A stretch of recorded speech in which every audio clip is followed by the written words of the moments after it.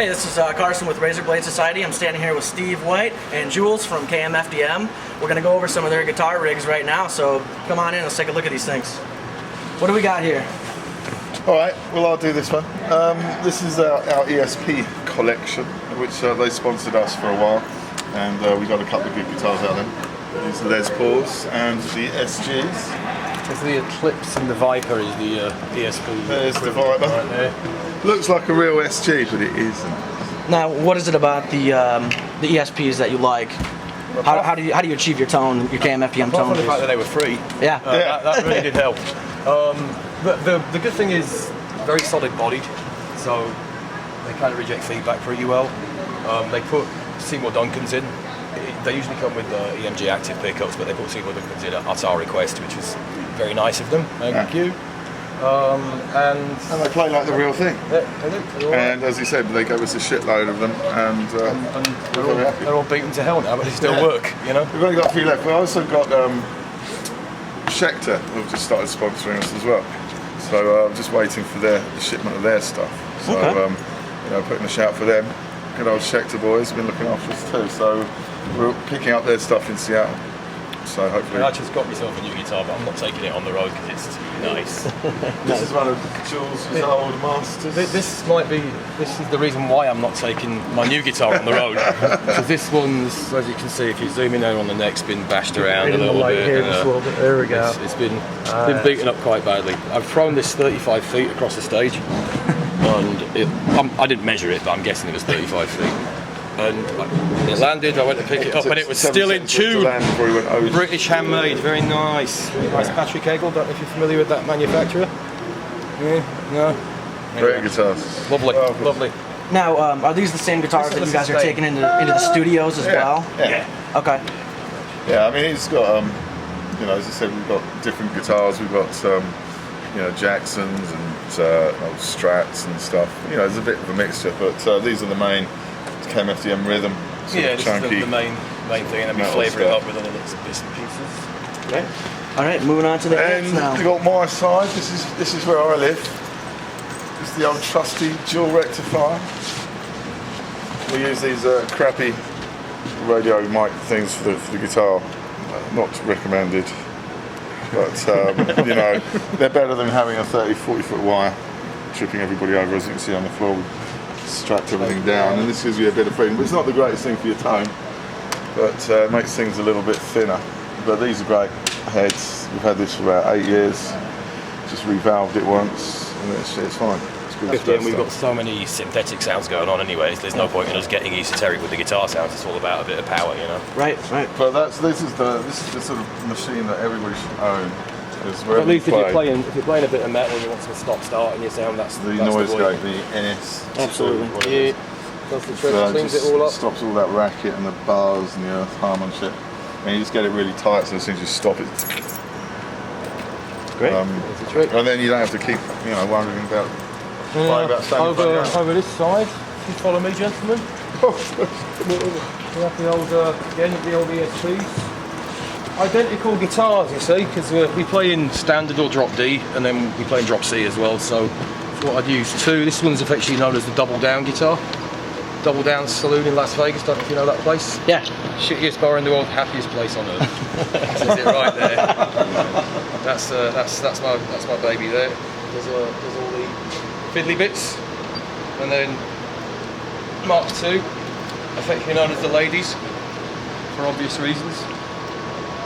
But they're exactly the same as Steve's over there, you know, ESP Viper 401s, nice and weighty, Seymour Duncans. Does the trick, really, does exactly what it says on the tin. What about your amp? What about me amp? Well, good you. Well, I use this as my amp. Look at the size of those tubes. Well, you go through this first, don't you? Yeah, go through that. That's my. This is the modular section where we split the guitar into 20 different tracks. And I use we're Angel Speakers. We definitely do want to get able to talk about this because I've seen pictures of this online. It's just upstairs being robbed. This is my electric harmonica. And then for some actual, same cab as Steve, the old rectified cabs. Then I like the 5150s, you see. I'm a bit of a Van Halen fan. How long have you been playing the 5150? Quite a long time, actually. I mean, well, I was using some Marshall stuff on and off. Yeah, I was gonna say this is Van Halen uses a plexi with. No. He No? initially started off on an 800 that was Okay. modded, and then PV started building him the 5150s, and now he's got his own company, EVH. Oh, okay. Something like that. Anyway, I don't know if he owns the company or someone franchised his name. But anyway, this is the nicest one that I found, 5152. 2 channels. I don't use the clean channel at all in KMFDM. It's all about big old overdrive. And generally settings. Well, I've fucked it around a little bit for this venue, but usually it's 666 all the way across the board, which seems to work just about fine.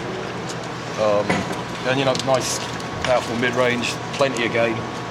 And I'm using this fella, which I've got to say, the wireless here, the new Line 6 thing, sounds absolutely fantastic. All digital, doesn't screw your sound up. But This guy. I spent 3 days trying to find a replacement cable. Line 6. Don't sell them just with the packs. Sell them on their own in a shop. That's broken. Do they use standard cables with them? No, it's got that on one end and out on the other. And you try and find one of those in the shop. That is. So I had to make this that's- today. See? So if I can make it, Line 6 surely must be able to make it. They're going to ask for it back now, aren't they? Well, I paid. And then over here, got the old Pegals, very similar to Steve. Got the old supercharger there for your US Euro voltage. My other bit of wireless. And this is the 5th tuner I've been through in 2 years. Because they keep breaking for some reason, so I'm waiting for this one to break and then I'll buy another manufacturer that seems to do the trick. And then the delay and the EQ go through the effects loop over there. So a bit of solo, whack them on. The EQ's flat, it's just the level that's boosted just to boost out the preamp into there, give it a bit of extra. And the Boss pedal over there is the tap tempo for the delay, changing the play in time. Same wire as Steve, same noise suppressor, but I get a little light down there, you see. Yeah. See this? I get a You get special some little too, lamp. don't you?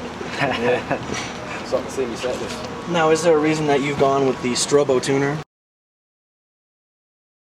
Or just a traditional? Yeah, this because I tried all the. I mean, I want a tuner where I can mute as a pedal, and I tried all the Korg ones. I've been through 2 of the Boss ones. They just keep breaking. Okay. So don't buy them because they're crap. But maybe it's just me, man. I've got toxic feet or something. Now, More on that later. Oh yeah. I guess you would think, you guys being KMFDM, you'd have access to all the different pedals that you guys want. Right. Now, these look like pretty simplistic pedal boards.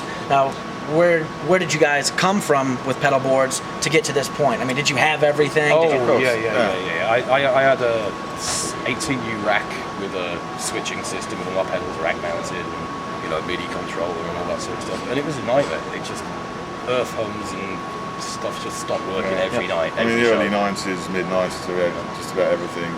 And, you know, it was hip to have the Geometry 1, Marshalls, the ADA preamp. You just end up putting, you know, compressors in line and EQ in line to just get the signal back. And this is, as Jules said, it's just a simplistic guitar tone because there's so many synths and drum machine samples. That's all you want to hear in this music is a really good chugging guitar sound. But obviously for other projects we use what's required, and you know the pedal board grows, that's for sure.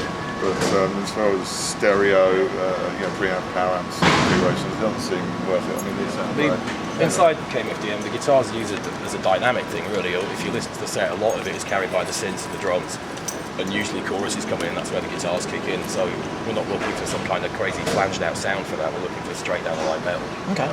So when you guys are working in the studio, are you doing a lot of virtual amps, or you? Yeah, lots. Okay, lots of virtual amps. Yeah. Well, actually, usually just one, just Amp Farm. Amp Farm. Okay. Straight down the line. You guys are on Super Pro old Tools Amp Farm. TDM systems? Yeah. HD? Nope, the old school TDMs from the 90s. Really? What version of Pro Tools are you guys on? I am on 5.1.3. Okay. Keeping it old here, you know. There you have it, really. Well, great. Well, cool. Well, I appreciate it, gentlemen. Pleasure meeting you. Jules, Thank you, sir. Steve. All right, mate. And Carson was with Razor Blade Society, and thanks for watching.